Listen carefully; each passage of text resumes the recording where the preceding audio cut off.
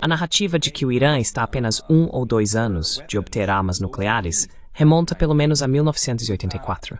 Temos a mídia ocidental, artigos do New York Times desde 1984, alertando sobre essa ameaça. É possível encontrar pessoas fantasiando sobre isso, até mesmo nos anos 70, antes da Revolução. É grotesco. E é claro, exatamente a mesma narrativa que vimos no Iraque em 2003, armas de destruição em massa.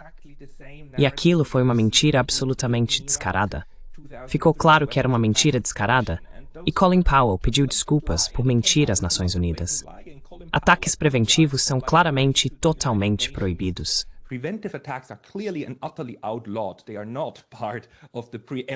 Eles não fazem parte da doutrina de ataque preventivo. E o que Netanyahu fez na sexta-feira 13 é claramente um ataque preventivo. Quero dizer, até mesmo em seu discurso, ele disse que o Irã está a 1 ou 2 anos de conseguir uma bomba nuclear. Isso não conta, nem mesmo sob a doutrina da guerra justa, como um caso de ataque preventivo. Se for algo é preventivo, e isso está descartado, proibido, você não pode fazer isso. É um ataque. E neste caso, segundo a Carta da ONU, é o Irã que é autodefesa.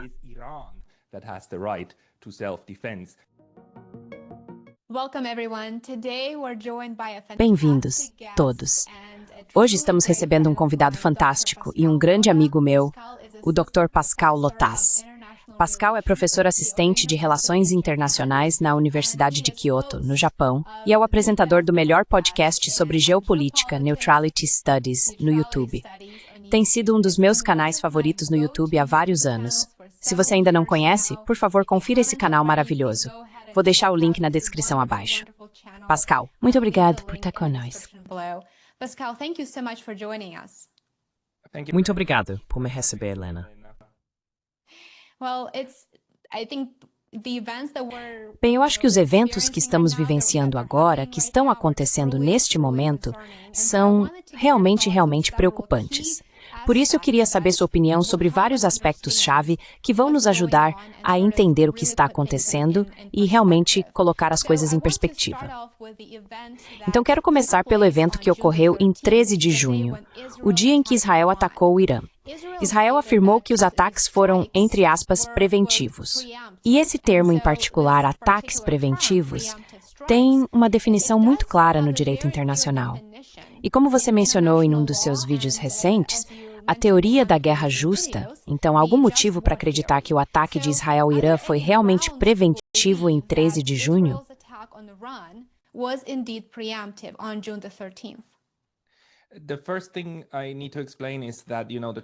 A primeira coisa que preciso explicar é que o termo preventivo, embora exista como conceito no direito internacional e faça parte especialmente da teoria da guerra justa, que na verdade é uma doutrina cristã muito antiga sobre quando é aceitável entrar em guerra, não há direito a ataques preventivos sob a Carta da ONU. Isso não existe. A Carta da ONU só reconhece o direito à legítima defesa e à defesa coletiva, conforme o artigo 51. Ela não reconhece o direito a ataques preventivos. Não reconhece. Além disso, todas as principais convenções internacionais que temos não reconhecem ataques preventivos como conceito. O que existe são juristas que argumentam que o direito à legítima defesa pode, sob certas circunstâncias, incluir o direito à defesa preventiva. O que também é meio piada, porque um ataque preventivo é sempre um ataque ofensivo.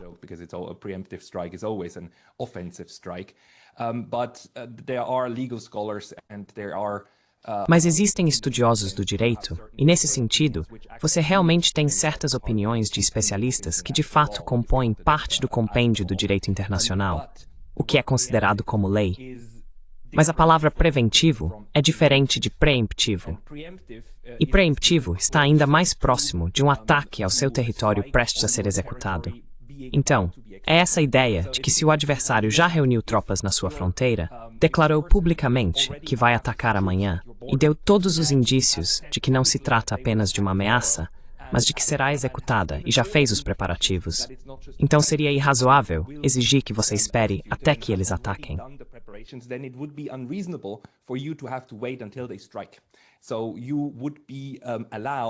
Portanto, sob a doutrina da defesa preventiva, você estaria autorizado a começar a atacar essas tropas reunidas na fronteira.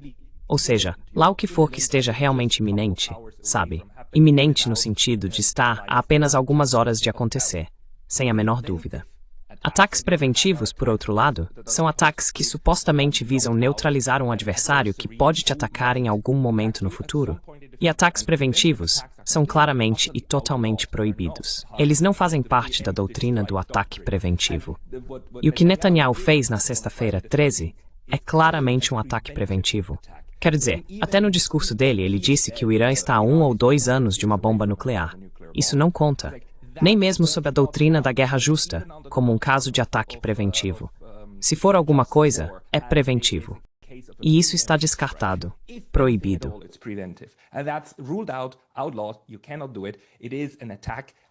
Você não pode fazer isso. É um ataque. E neste caso, de acordo com a Carta da ONU, é o Irã que tem o direito à autodefesa.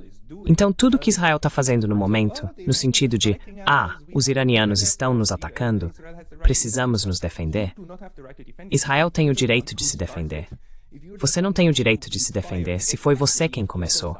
Se é você quem continua atirando, especialmente se o outro lado continua dizendo, como os iranianos fazem, pare com isso e nós também vamos parar. Então, toda essa narrativa que Israel construiu não se sustenta.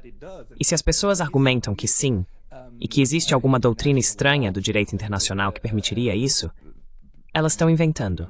Estão tirando isso do nada, sério. E isso é extremamente frustrante no momento. Especialmente porque nos primeiros 1 ou 2 dias, não estava muito claro se os europeus apoiariam esse argumento.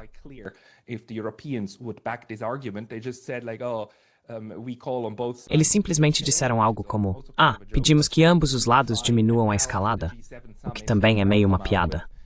Mas agora, depois da cúpula do G7, eles divulgaram declarações dizendo, não, apoiamos e reiteramos o direito de Israel de se defender. E isso, para mim, é só o Ocidente tentando inventar uma nova regra nessa chamada ordem internacional, baseada em regras. E a nova regra é que o direito de autodefesa de Israel inclui qualquer coisa e tudo que Israel quiser atacar, por qualquer motivo que nos der. Então, se Israel inventa qualquer tipo de alegação, essa alegação é imediatamente respaldada pelo seu direito de autodefesa, mesmo que isso inclua genocídio em Gaza, mesmo que isso inclua um ataque ofensivo contra o Irã. Então essa é a regra mais nova da ordem internacional, baseada em regras.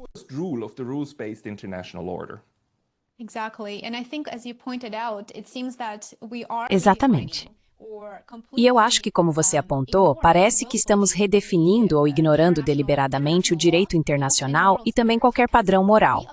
Porque se permitirmos que uma parte, um ator, faça o que quiser e facilitarmos isso, então, bem, acho que estamos caminhando para viverem, como se diz na lei da selva, ou basicamente uma sociedade sem leis, onde não há responsabilização e nenhum arcabouço que leve o Estado e as pessoas dentro desse Estado a agir de uma certa maneira que permita que uma nação funcione e que esse arcabouço legal exista daqui para frente, tanto internamente quanto internacionalmente. Both domestically and also internationally. And I think on the domestic scale, we seem to, E eu acho que no âmbito doméstico, parece que falamos sobre liberdade de expressão. Vimos o que aconteceu com os protestos quando as pessoas tentaram manifestar pacificamente sua oposição a certas políticas. Elas acabam sendo perseguidas. E, no âmbito internacional, acabamos de ver o G7 basicamente declarar: apoiamos a democracia, o direito de Israel à autodefesa, mas, ao mesmo tempo, não acreditamos que o Irã tenha o mesmo direito à autodefesa. Isso está levando a um caos total, tanto internacionalmente, domesticamente.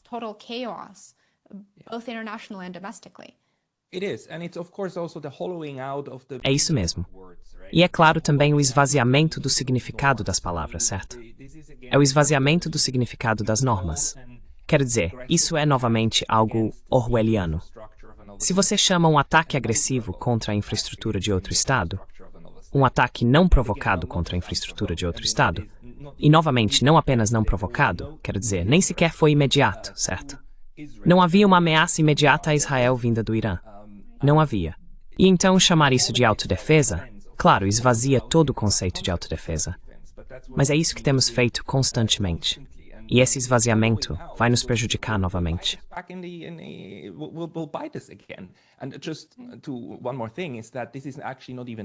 E só mais uma coisa. Isso, na verdade, nem é novidade.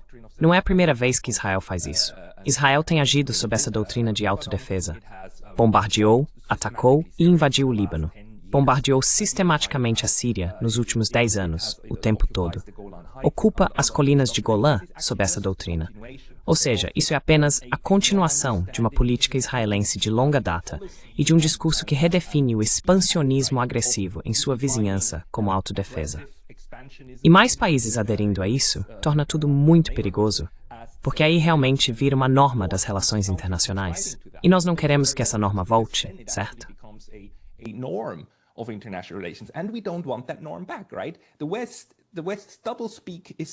A duplicidade de discurso do Ocidente é tão incômoda para pessoas como você e eu, para a parte pensante da população do planeta, porque, por um lado, eles continuam criando dois conjuntos de regras, certo?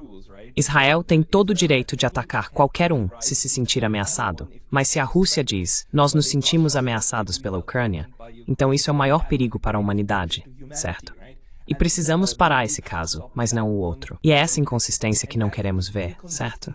E você e eu continuamos dizendo, ok, no momento em que soldados russos cruzaram as fronteiras ucranianas, isso foi uma violação do direito internacional, mesmo que houvesse um motivo para isso, mesmo que tenha sido provocado.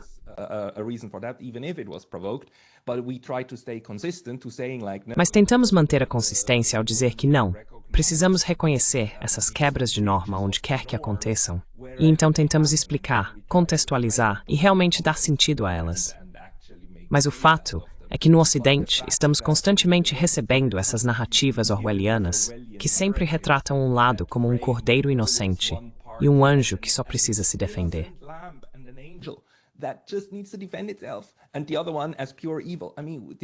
E o outro como puro mal. Quero dizer, isso é o que ofende tanto as pessoas que tentam olhar para o mundo e entender o que está acontecendo, porque obviamente não é preto no branco.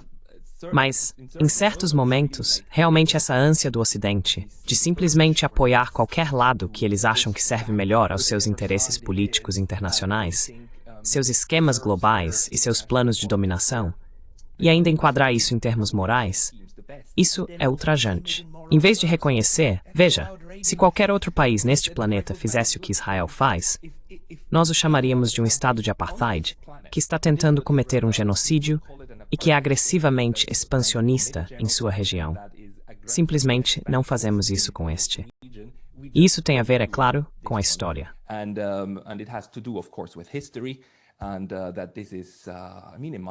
E isso é, na minha opinião, apenas o mais recente e o último grande projeto colonial do Ocidente, de colonizadores europeus brancos dominando uma população indígena e fazendo com eles o que a Europa fez em 3 continentes. Esse tipo e forma de genocídio é algo do século XIX, que nós, europeus, praticávamos regularmente o tempo todo, e ainda nos sentíamos no direito de fazê-lo, especialmente na África e na América do Norte. O motivo pelo qual as pessoas se parecem comigo e com você, e não com os nativos indígenas que viviam lá há 500 anos, é por causa do genocídio. E foi isso que os europeus fizeram. Eles esvaziaram pelo menos 2,5 continentes, certo? Dependendo de, quero dizer, a América do Sul foi um pouco melhor em, quero dizer, os sul-americanos tiveram um pouco mais de sorte em termos de resistência.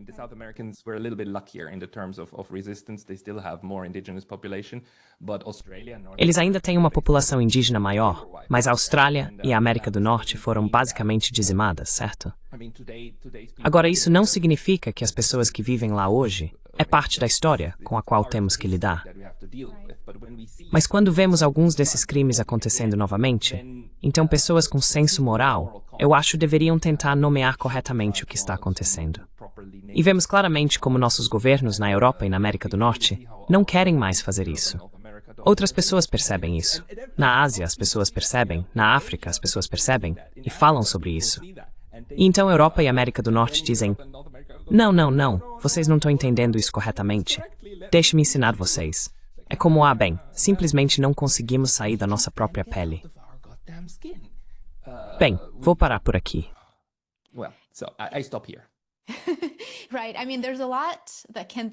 Certo, quero dizer, há muito que pode ser dito. E acho que você trouxe precedentes históricos muito importantes que nos ajudam a entender e colocar as coisas em perspectiva e realmente perceber que esta não é a primeira vez que isso acontece. E, na verdade, agora é o momento em que podemos tentar fazer a diferença, quando podemos ter essas conversas desconfortáveis, porque o Ocidente é dominado pela narrativa de que o Irã é ruim e todo mundo que quer lutar contra o Irã é bom. E acho que precisamos olhar mais a fundo.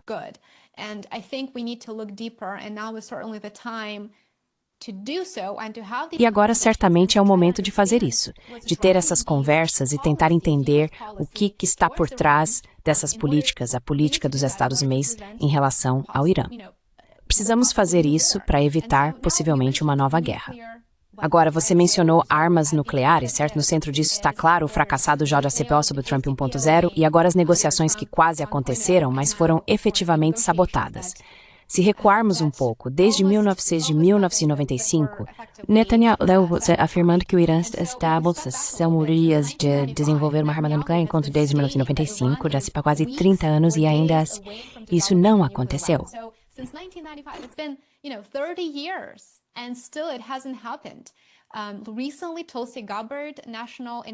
Recentemente, Tulsi Gabbard, ex-deputada, afirmou em um depoimento no Congresso que as agências de espionagem dos Estados Unidos não têm nenhuma evidência, zero evidência, de que o Irã esteja tentando construir uma arma nuclear, nenhuma evidência sequer. Sua declaração veio após o anúncio público do líder supremo do Irã de que o país não está e não buscará desenvolver uma arma nuclear.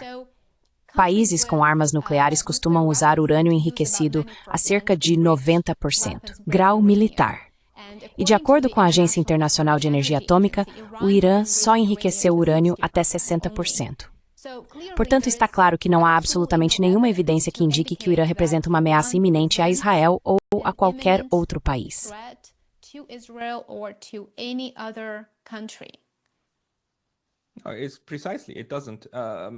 Exatamente, não vai. É ainda pior. Sabe, isso só remonta a 1995 com Netanyahu, porque foi mais ou menos quando ele se tornou uma figura importante na política israelense. A narrativa de que o Irã está a apenas 1 ou 2 anos de conseguir armas nucleares existe pelo menos desde 1984. Temos a mídia ocidental, artigos do New York Times desde 1954, alertando sobre essa ameaça. Dá para encontrar pessoas fantasiando sobre isso até nos anos 70, antes mesmo da Revolução. É grotesco, e claro, é exatamente a mesma narrativa que vimos no Iraque em 2003. Armas de destruição em massa. E aquilo foi uma mentira total, descarada, e ficou provado que era uma mentira total, descarada. Colin Powell pediu desculpas por ter mentido ao Conselho de Segurança das Nações Unidas quando levantou aquele pequeno frasco, dizendo: "Este é o agente que eles estão usando."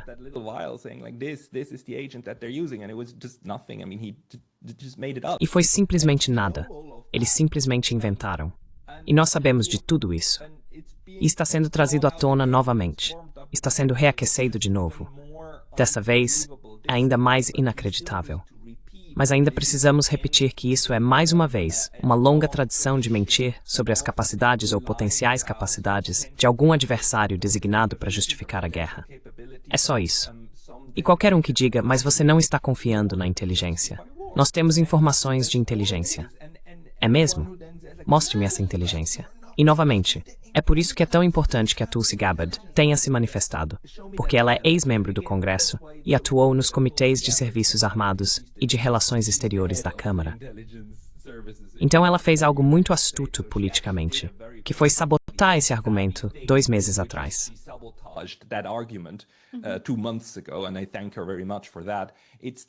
E eu agradeço muito a ela por isso. Ainda não é o suficiente para eliminar o argumento, porque agora as pessoas simplesmente não recorrem mais a esse argumento, o argumento da inteligência. Mas o que elas fazem é tentar estabelecer o controle da narrativa, certo? É isso que os Estados Unidos aprenderam. É isso que a Europa também sabe. O que você precisa é comandar o espaço de pensamento, não de toda a população, mas sabe, de 80%. Enquanto 80% estiverem com você online, a nação vai marchar em uma direção. Se você perde o controle da narrativa, o que acontece é o que aconteceu com os Estados Unidos nos anos 70, quando eles perderam o controle sobre como a guerra do Vietnã estava sendo retratada, certo?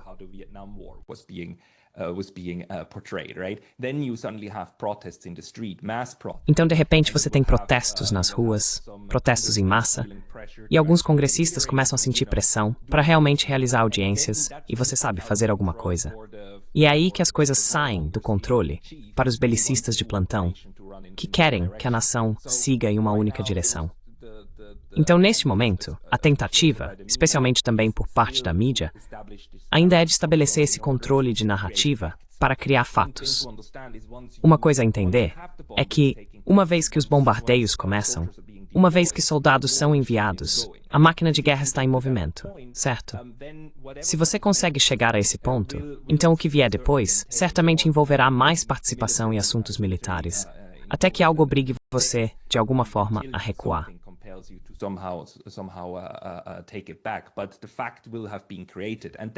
Mas o fato terá sido criado. E esse é atualmente o objetivo, do ponto de vista dos falcões de guerra em Washington e em Tel Aviv, superar a inércia para iniciar a guerra. E então as coisas vão naturalmente se transformar em situações muito, muito desagradáveis. Uma das questões a se entender é que às vezes as pessoas pensam: mas qual é a estratégia?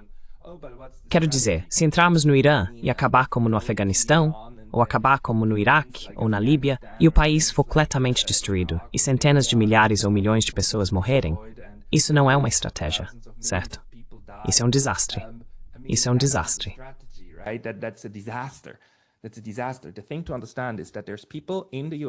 O que é preciso entender é que há pessoas nos Estados Unidos e em Tel Aviv que querem exatamente isso. Esse é o objetivo. O desastre é o objetivo. Estamos agindo de forma humanitária. Só queremos nos livrar do regime dos ayatollahs. Queremos ajudar os iranianos a se empoderarem. Tudo isso é pura besteira. Quero dizer, o Sr. Netanyahu entende perfeitamente e implementou ao seu redor, na Síria, no Líbano, no Iraque e assim por diante. O que vem sendo implementado não só nos últimos 20 anos, mas nos últimos 50 anos. Uma estratégia de terra arrasada. Se todo o resto queimar e os outros estiverem em guerra entre si, porque você incentiva o faccionalismo e o terrorismo, e então eles se bombardeiam, bem, então Israel pode prosperar, certo? É como prosperar no caos dos outros.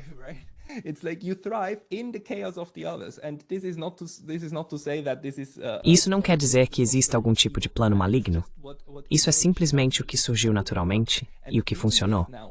E fazer isso agora, em uma escala massiva, total, no Irã, esse é o objetivo de algumas dessas pessoas. E elas camuflam isso por trás do humanitarismo, porque as pessoas adoram o humanitarismo. Pessoas nos Estados Unidos e na Europa gostariam de ser boas, gostariam de ajudar os outros. Então o que você precisa fazer é vender guerra, morte, destruição e caos como uma forma de promover o humanitarismo. E é isso que torna essa abordagem tão perversa. Algumas pessoas em Washington e Tel Aviv realmente entendem o que estão fazendo, e outras acreditam que estão fazendo isso por causas humanitárias, certo?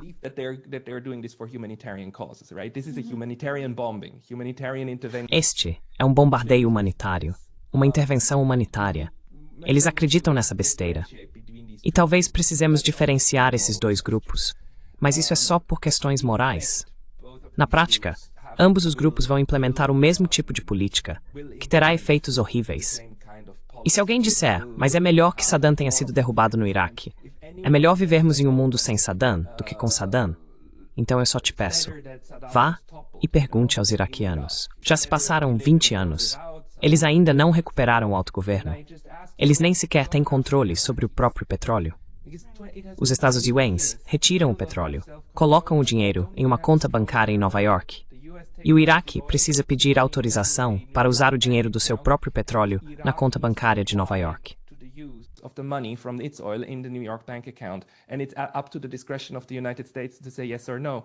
E cabe aos Estados Unidos decidir se dizem sim ou não. Em grandes partes do Iraque, ainda há quedas de energia diárias após 20 anos, porque os Estados Unidos bombardearam toda a infraestrutura, a rede elétrica do Iraque, e estão proibindo o país de reconstruí-la. O Iraque também está fraturado em diferentes partes, e a região curda tem um pouco mais de autogoverno, mas o país está totalmente, completamente desmembrado. E, novamente, esse caos e esse baixo padrão de vida fazem parte da estratégia para manter possíveis rivais sob controle. Porque sob Saddam Hussein, o Iraque era um estado funcional, com especialmente um exército funcional. It was a functioning state with especially a functioning military, and that's the one thing that Israel really fears.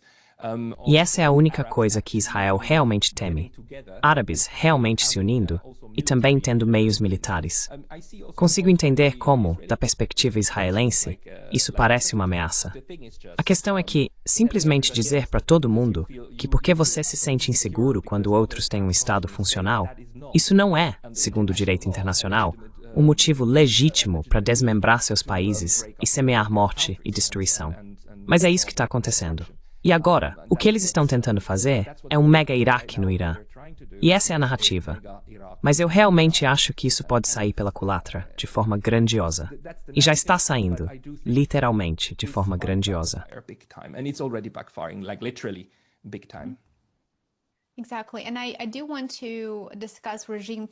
Exatamente.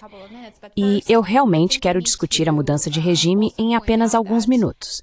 Mas antes, acho que também precisamos destacar que o Irã estava na mesa de negociações com os Estados Unidos. Porque agora vemos essas postagens do presidente Donald Trump dizendo isso vai levá-los à mesa de negociações. Bem, eles já estavam na mesa de negociações e o Irã acolheu a diplomacia, porque provavelmente entendeu que, em primeiro lugar, as sanções econômicas são devastadoras. E você sabe, quando conversei com o professor Morandi há alguns meses, ele destacou que as sanções econômicas impostas ao Irã afetam desproporcionalmente os civis. Affect disproportionately civilians. For example, people with terrible diseases. Por exemplo, pessoas com doenças graves muitas vezes não conseguem comprar remédios por causa dessas sanções. Então, quando as pessoas que estão ouvindo essa conversa agora pensam, bem, precisamos sancioná-los para que façam XYZ, precisamos entender que essas sanções afetam, antes de tudo, os civis e atingem os grupos mais vulneráveis da população. E assim, você sabe, o Irã acolheu a diplomacia há apenas algumas semanas. Acolheu a diplomacia porque provavelmente vai Novo Oriente Médio. Integrated into a new Middle East. China just brokered peace between Iran and A China intermediou a paz entre o Irã e a Arábia Saudita há alguns anos. Então foi uma boa maneira de avançar para um ambiente mais estável e pacífico. Ao menos era essa a esperança. Pelo menos parecia ser um caminho em direção a alguma estabilidade. E isso teria permitido que os Estados Unidos recuassem da região. Claro, esse resultado teria sido muito, muito benéfico para os Estados Unidos, mas foi sabotado pelos ataques de 13 de junho.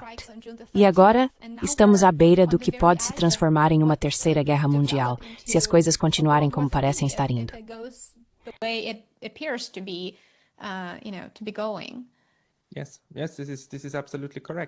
Sim, isso está absolutamente correto. Quero dizer, é por isso que esse argumento é tão ardiloso e uma maneira tão enganosa de vender a guerra para o público em geral, certo? Porque não é só a questão da mesa de negociações. Também é a questão das armas nucleares. Quero dizer, só imagine, os Estados Unidos e o Irã continuam dizendo que o Irã não pode ter armas nucleares. Agora, o fato é que o Irã não tem armas nucleares. E o Irã diz, não estamos buscando armas nucleares. Então, os Estados Unidos estão dizendo ao Irã para não fazer algo que eles já disseram que não ir fazendo e nem pretendem fazer. E então dizem, mas você precisa concordar com isso. É como, sim, nós já concordamos. Mas você não está concordando. É tipo, como você reage a isso? Sério, como você lida com isso?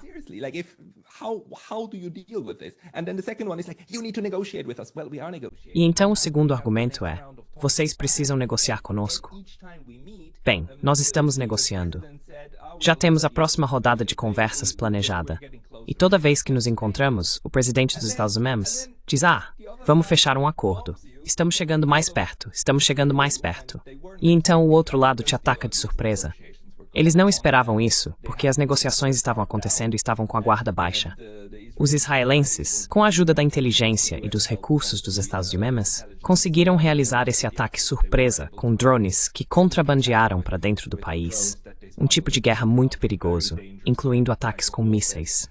E claro, eles desativaram eletronicamente a defesa aérea do Irã por pelo menos 8 horas.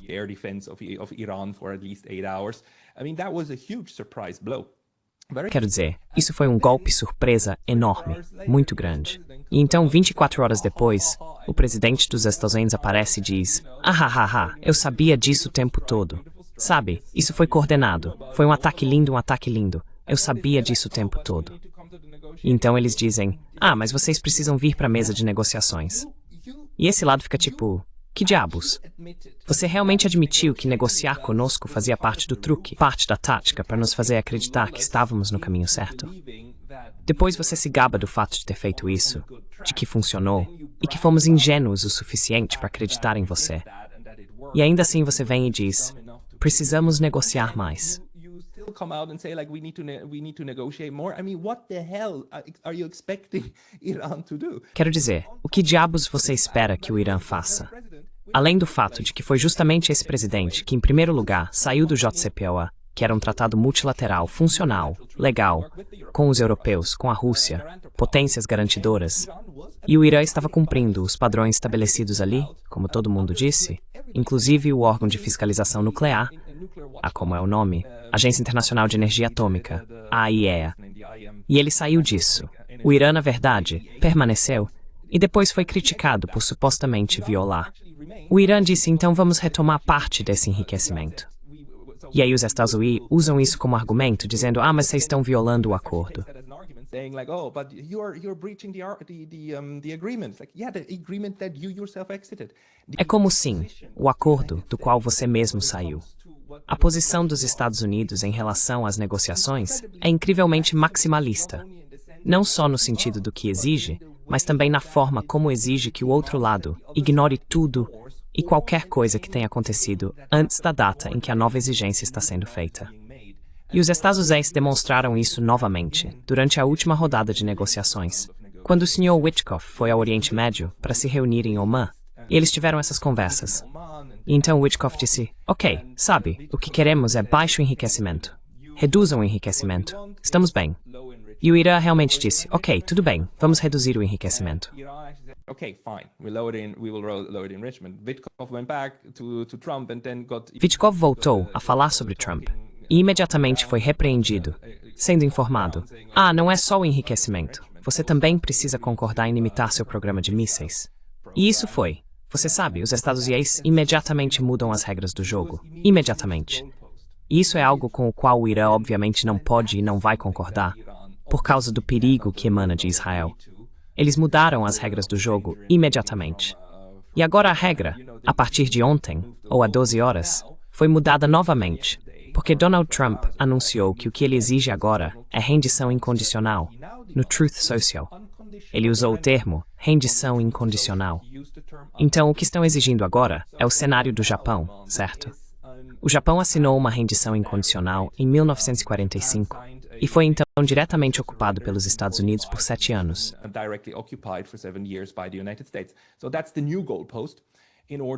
Então esse é o novo parâmetro para evitar uma guerra maior. E se o Irã não aceitar isso, então os Estados Unidos dizem: bem, a responsabilidade é do Irã. Quero dizer, vocês não aceitaram o acordo. Mas isso não é um acordo. Vocês não estão oferecendo acordos. São termos de rendição. Neste ponto, é inacreditável como qualquer nação na Terra aceitaria algo assim antes de ser completamente derrotada militarmente. Mas é exatamente isso que gostaríamos de evitar. Gostaríamos de evitar, sabe, que Teherã seja transformada em outra Hiroshima ou Nagasaki. E sabemos que agora essa é a ameaça. Se Donald Trump, como fez ontem novamente, disse para todos saírem de Teherã, isso é uma ameaça direta de atacar a cidade inteira.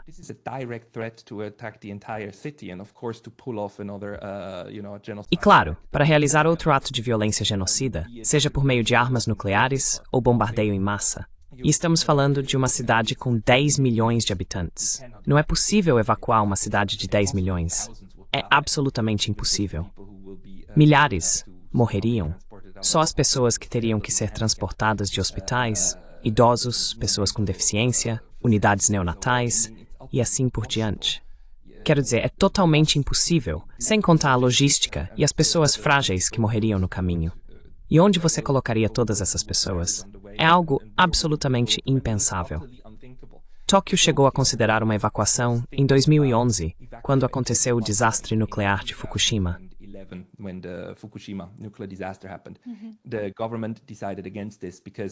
O governo decidiu não fazer isso porque disseram que se fizessem, com certeza matariam milhares de pessoas. Então é melhor esperar que a radiação não venha e que estaremos seguros. E felizmente foi o que aconteceu. Não é possível evacuar cidades desse tamanho. Então, se os Estados Unidos realmente estão planejando bombardear Teherã em massa, isso também custará milhares de vidas. E não há como se esconder atrás do argumento de mas avisamos para evacuarem. Eles não foram. Isso não é brincadeira. É simplesmente doentio.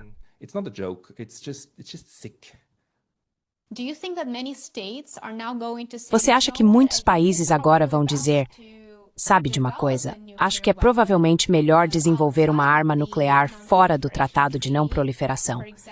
Por exemplo, como Israel, Coreia do Norte, Paquistão e vários outros países fizeram. Em vez de correr o risco de serem bombardeados ou de estarem na mesma situação de Teherã daqui a alguns anos?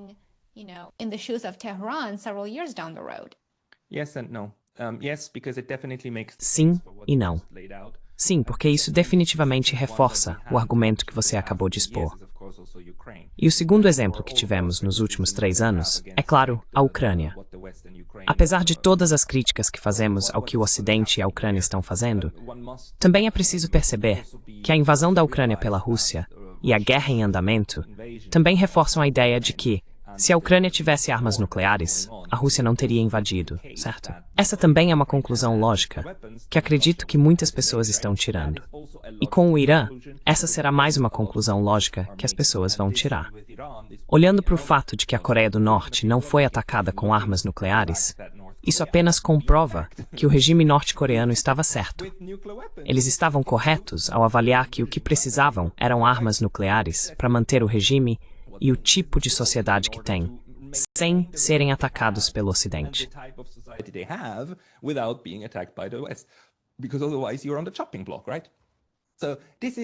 Porque caso contrário você está na berlinda, certo? Então, naturalmente, esse argumento está ficando mais forte agora. Por outro lado, o regime de não proliferação é felizmente bastante antigo. Ele remonta a... Quero dizer, foi negociado entre 75 e 68 e 70.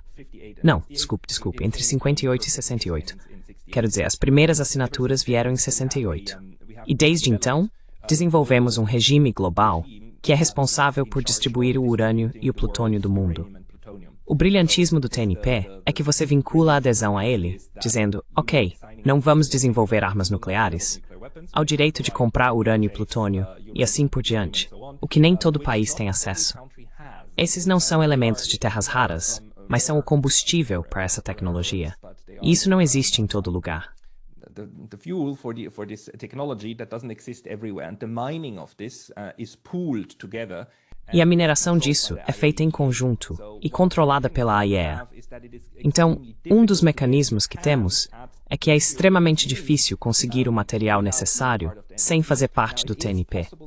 Agora é possível consegui-lo, e o Paquistão e a Índia provam isso, é claro. E Israel também prova isso, porque Israel, sabemos que eles têm armas nucleares, e possuem um programa nuclear próprio, e sabem como fazer. Sabemos que é possível obter esses materiais, mas é difícil. É complicado. Pan não estou estado também apostado, não só para o caso que o contornou essas restas de expor. To get around these restrictions. That's why I say yes and no, but definitely like military. É por isso que eu digo sim e não. Mas definitivamente, países militar e cientificamente capazes, vamos dizer, por exemplo, a Turquia, eles podem começar a pensar nisso agora, sabe? E aqueles que são grandes e capazes o suficiente podem considerar essa possibilidade. Os sauditas podem pensar nisso. E para eles, isso pode se tornar viável. Agora, novamente, ainda existem restrições, e claro, é possível contornar essas restrições, mas não vai ser fácil. Então, Não acho que isso vá causar imediatamente o colapso total do TNP, mas pode muito bem ser mais um dos pregos no caixão do TNP, se não mudarmos esse cenário. Of the NPT if we don't turn this around. Vamos falar sobre o envio sem precedentes em massa de aviões de guerra dos Estados Unidos através do Atlântico. Como você vê isso? O governo Trump está efetivamente mostrando força, dizendo ao Irã: veja com o que você está lidando? Ou os Estados Unidos estão realmente prestes a se juntar a Israel em sua guerra contra o Irã? O que você acha?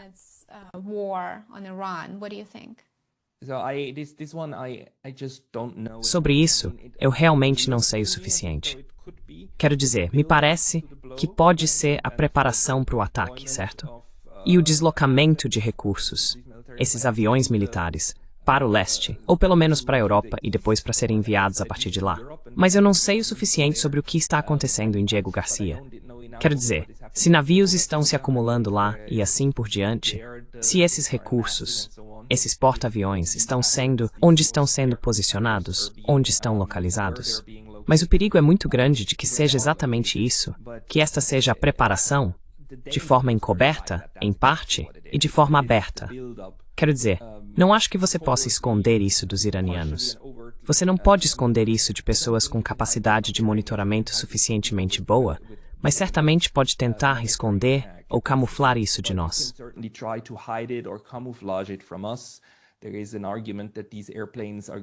Há um argumento de que esses aviões estão indo para a Europa para participar de um exercício regular da OTAN e que está tudo normal, blá blá blá.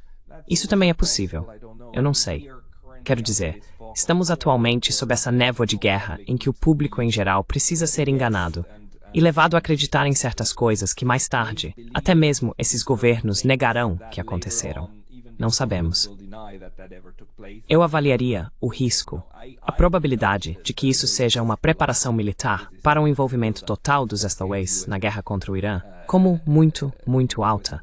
Especialmente considerando o fato de que Donald Trump voltou para casa um dia mais cedo da reunião do G7 para lidar com o Oriente Médio.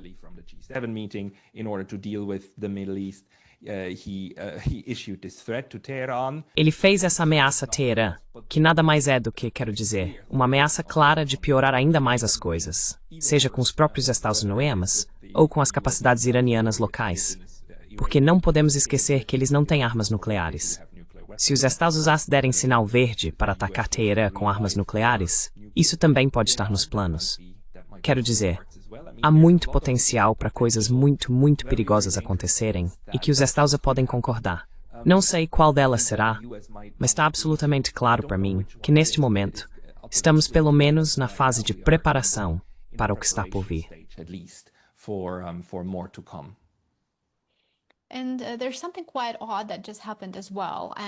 E aconteceu algo bastante estranho também. E acho que você mencionou isso em um dos seus vídeos. Você apontou para a postagem recente do Ray McGovern no X, e eu gostaria de chamar a atenção dos nossos espectadores para isso antes de passar para a questão da mudança de regime. Então, o USS Nimitz, que, pelo que entendi, tem 50 anos e está praticamente chegando ao fim de sua vida útil, acabou de ser enviado ao Oriente Médio junto com outros recursos. O ex-oficial da CIA, Ray McGovern, comentou no X. Ele disse, US Nimitz, espere ser atacado ao se aproximar do Oriente Médio, não pelo Irã, mas por Israel, com um ataque de falsa bandeira culpando o Irã. E ele disse, não encubram isso como a Marinha dos Estados Unidos fez quando Israel atacou o USS Liberty. Então, para um ex-agente da CIA, essa declaração é claramente algo a ser levado a sério, não acha?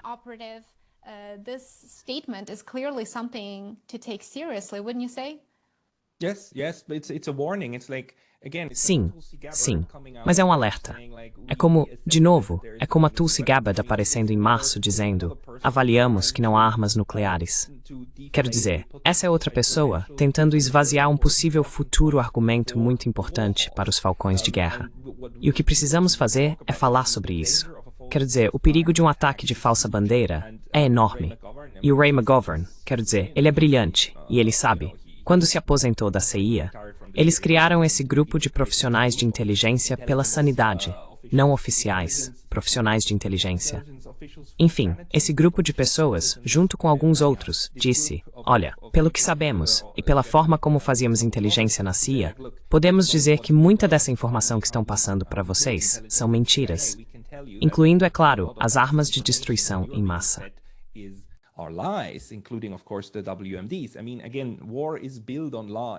Quero dizer, mais uma vez, a guerra é construída sobre mentiras, uma mentira atrás da outra. E o que ele está tentando fazer é dizer, olha, existe uma possível mentira futura, então vamos falar sobre isso agora.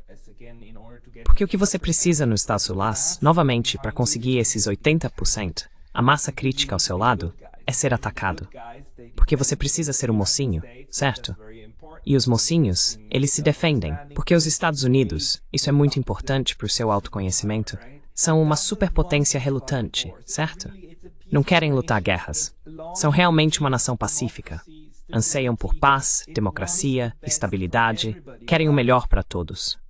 Mas acontece que existem esses demônios. Você sabe, o mundo é um lugar ruim e nós estamos do lado de Deus.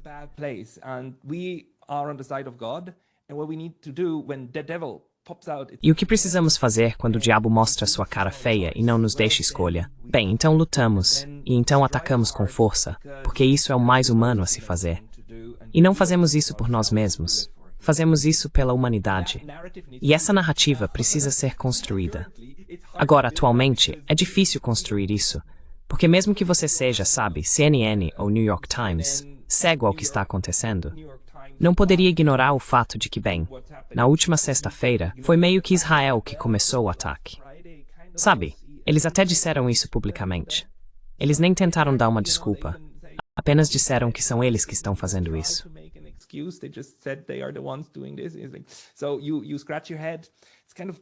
Então você fica coçando a cabeça. É um pouco moralmente difícil no momento. Então o que você precisa é de uma razão moral adequada.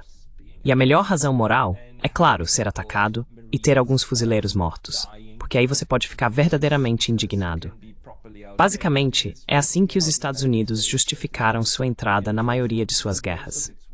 Mesmo na Primeira Guerra Mundial, você sabe, eles usaram o afundamento do Lusitânia como motivo pelo qual os Estados Unidos tinham uma obrigação moral, o que é realmente estranho, porque o Lusitânia foi afundado em 1915, e em 1917, os Estados usaram isso como principal razão.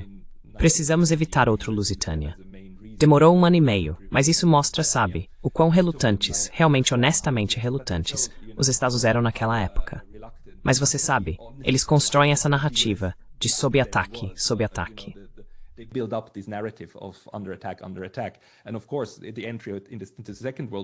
E claro, a entrada na Segunda Guerra Mundial, o evento mais importante até hoje, foi Pearl Harbor, certo? Foi um momento crucial para mudar a mentalidade dos Estados Unidos. E a razão oficial pela qual os Estados Unidos depois se envolveram totalmente no Vietnã foi o Golfo de Tonkin. Sabemos que aquilo foi uma mentira. E depois as armas de destruição em massa no Iraque e assim por diante. Quero dizer, mentira após mentira, mas é o padrão, não é? Então, o que precisamos reconhecer é que se esse padrão se repetir agora, será porque fomos atacados. E o Ray McGovern até disse que é estranho termos esse navio de 50 anos que basicamente é um pato manco. Por quê? Quero dizer, se você quisesse explodir alguma coisa, especialmente algo que pudesse afundar no fundo do oceano e ninguém jamais pudesse ir pesquisar o que era, bem, esse serviria. Well, that one would do. So, yeah, it might not happen, but Então, sim, pode ser que não aconteça. Mas o padrão sugere que algo assim está próximo. O que, claro, também é um pensamento muito perturbador, porque significaria que os Estados Unidos concordariam deliberadamente, consentiriam com o ataque aos seus próprios ativos e a morte de seus próprios cidadãos. Mas isso é novamente algo que sabemos que os Estados fazem. Eles tomam essa decisão para criar o que precisam para avançar ainda mais na guerra. Quero dizer, outros países já fizeram isso antes. A Alemanha já fez. Os japoneses já fizeram. Eles atacam sua própria infraestrutura e às vezes seu próprio pessoal morre, então usam isso como motivo para entrar em guerra. É um truque antigo, não é novidade.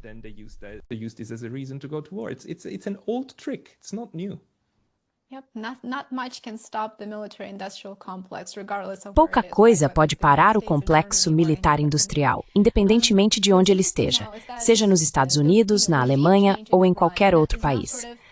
O que é interessante agora é que a mudança de regime no Irã está surgindo como um dos objetivos muito óbvios, mas anteriormente ignorados, ou pelo menos pouco discutidos. E hoje fiquei muito surpreso ao ver Pahlavi postar um vídeo no qual ele convocava os iranianos a irem às ruas e derrubarem o governo iraniano. Então, parece que todos os elementos estão sendo preparados para mais uma mudança de regime. E a mudança de regime, é claro, resultará em uma guerra civil, e centenas de milhares de pessoas provavelmente se tornarão vítimas.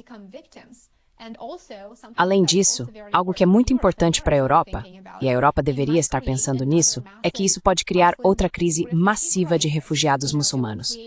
Isso vai se somar a uma crise já existente que a UAE mal consegue administrar, mas vai piorar muito a situação.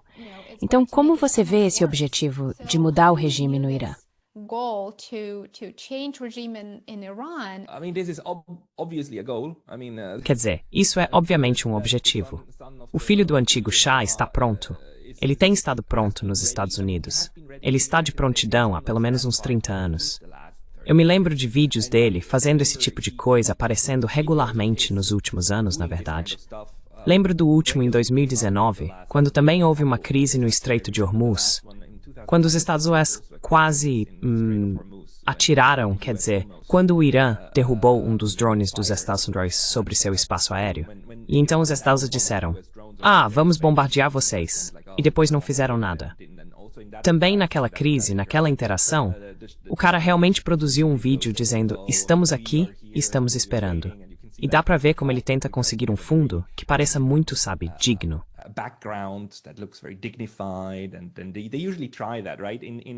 E eles geralmente tentam isso, certo? Quando você faz essas operações de mudança de regime, você vê o novo fantoche designado aparecendo, mesmo que tenha sido um ex-líder do ISIS, como na Síria, certo? De repente, eles não estão mais de uniforme e turbante ou algo assim. Estão de terno e gravata, com bandeiras atrás deles, e o líder. Esse tipo de encenação de relações públicas está chegando. E é exatamente isso que eles estão fazendo agora. A questão é, isso vai funcionar? Então isso pode ser o começo de, uma transição para exatamente o que você disse, mudança de regime e depois guerra civil. E essa será uma guerra civil ao estilo do Afeganistão, certo?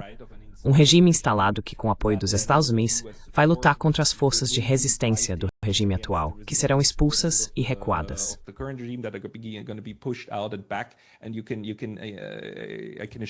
E posso garantir a você, eles vão usar táticas do Talibã, e então os Estados Unidos vão chamá-los de terroristas, e assim por diante. Qualquer um que não esteja do seu lado é um terrorista.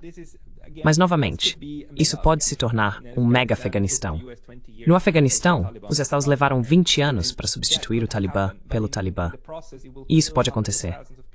Mas nesse processo, centenas de milhares de pessoas serão mortas. A nação iraniana será destruída e o tecido social existente será desfeito. E mais uma vez, se isso acontecer, esse será o melhor cenário possível para Israel. Mas é claro, isso terá o custo de milhares de vidas americanas, caso realmente precisem colocar tropas em solo. E se você quiser colocar aquele regime em Teherã no poder, provavelmente vai precisar de tropas em solo, porque não basta apenas bombardear o país até virar pó, pois as pessoas lá vão se opor a isso.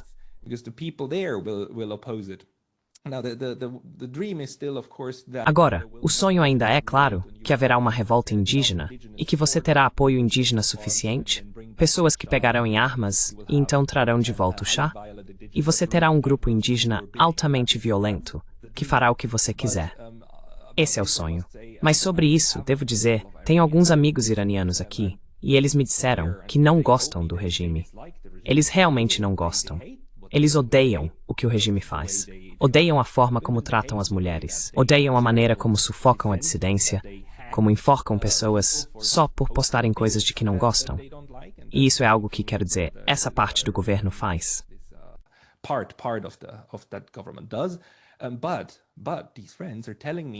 Mas esses amigos estão me dizendo, olha, eu não quero que meu país seja bombardeado. Eu sou a favor de que a Guarda Revolucionária reaja e realmente tente nos defender.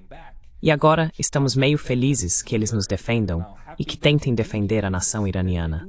E mais um ponto. Os judeus do Irã, a comunidade judaica, 2 líderes comunitários vieram a público e disseram que condenam veementemente o que Israel fez e exigem o fim das hostilidades contra a nação iraniana, da qual eles fazem parte. Quero dizer, até mesmo a comunidade judaica do Irã está condenando tudo isso. E sabe, a comunidade judaica é, na verdade, muito bem integrada no Irã. Não é perseguida de forma alguma.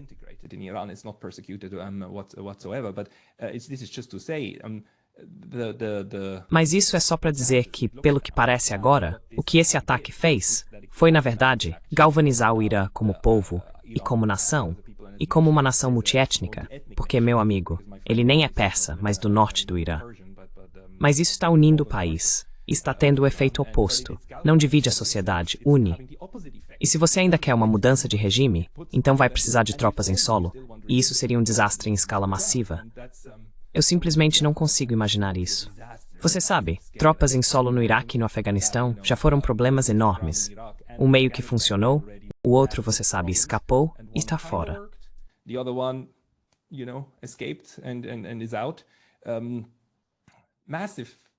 Uma perda massiva, massiva de vidas também para os Estados Unidos. Mas, novamente, o complexo industrial militar sairá ganhando. E é exatamente isso que Israel sonha e desejaria. E é uma das únicas coisas que provavelmente também poderia evitar problemas políticos maiores para Israel com seus vizinhos imediatos. E não podemos esquecer que, enquanto isso acontece, ainda temos um genocídio acontecendo em Gaza. Ainda diariamente, 40, 50, 60 pessoas são mortas, baleadas e bombardeadas em um campo de aberto. É um momento muito triste. It's a very, very sad moment. Indeed. So, in Iraq, De fato. Então, no Iraque, para justificar a invasão, o governo usou o pretexto de que Saddam Hussein possuía armas de destruição em massa. E claro, Hussein não as tinha. Então, neste momento, estamos meio que revivendo uma situação muito semelhante, em que narrativas estão sendo criadas para justificar o que parece ser uma possibilidade muito real. Então, Pascal, há algo que possa ser feito agora, neste momento, para evitar um Iraque 2.0? Yes, protests. Sim, protestos. A única coisa que funcionou durante a Guerra do Vietnã foram os protestos. Saia e proteste. E não acredite nessas narrativas de guerra. Exija que isso acabe. E não estou falando apenas com norte-americanos. Estou falando também com europeus. Protestos em massa. Protestos para que isso pare. Porque essa também é uma das razões pelas quais acredito que os israelenses fizeram o que fizeram agora. Quero dizer, vimos protestos em massa pela primeira vez na Europa contra o genocídio em Gaza, certo? A narrativa está mudando. A narrativa é, quero dizer, os israelenses estão perdendo o domínio sobre essa ideia de que eles são o povo perseguido, o povo mais perseguido da Terra, e que precisam permanecer. E todos nós precisamos apoiar isso, porque caso contrário, outro holocausto acontecerá.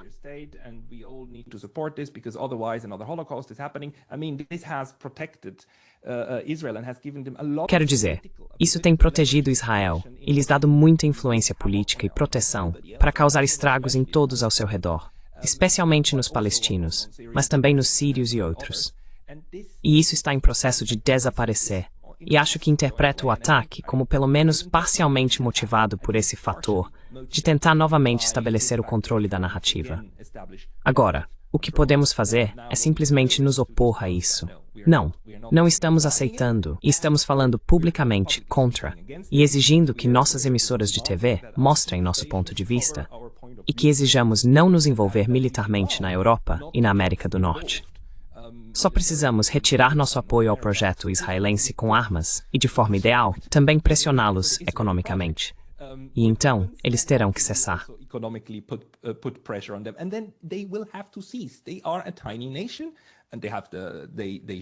Eles são uma nação pequena, e o povo de Israel precisa ser protegido, seguro e saudável, e eles têm todo o direito do mundo de ser assim, como todos nós temos.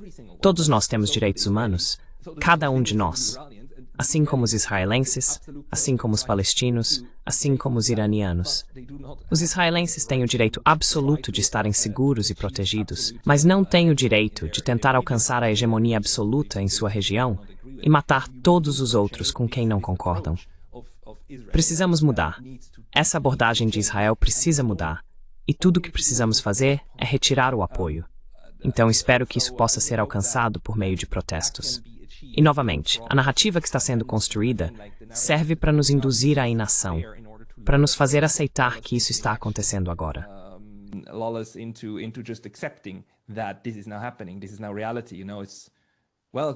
Isso agora é realidade. Sabe, Bem, a Terceira Guerra do Golfo. Quero dizer, já tivemos 2. Então, por que não uma terceira? É só a Terceira Guerra do Golfo. Vamos lá, há tantas guerras. Vamos só ficar em casa e mudar de canal, certo? Dá uma zapeada. As pessoas não zapeiam mais, mas vamos rolar o feed, né? Se isso der certo, se as pessoas rolarem o feed, então teremos a guerra.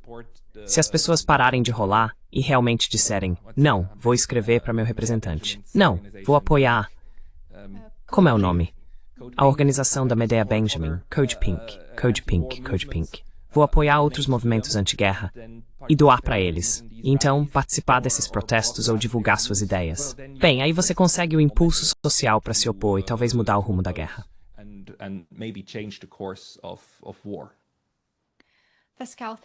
Pascal, muito obrigado por isso.